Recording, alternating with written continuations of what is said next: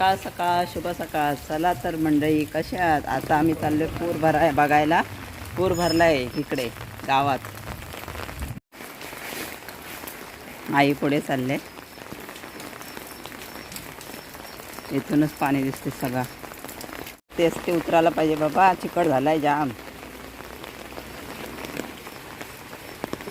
शेता भरली. कोटा काय सगळाच बुडला. इथं कशी जाते शेतावर माणसं? लावता पण यायचं नाही का? नाना का सगळाच बुडला आहे.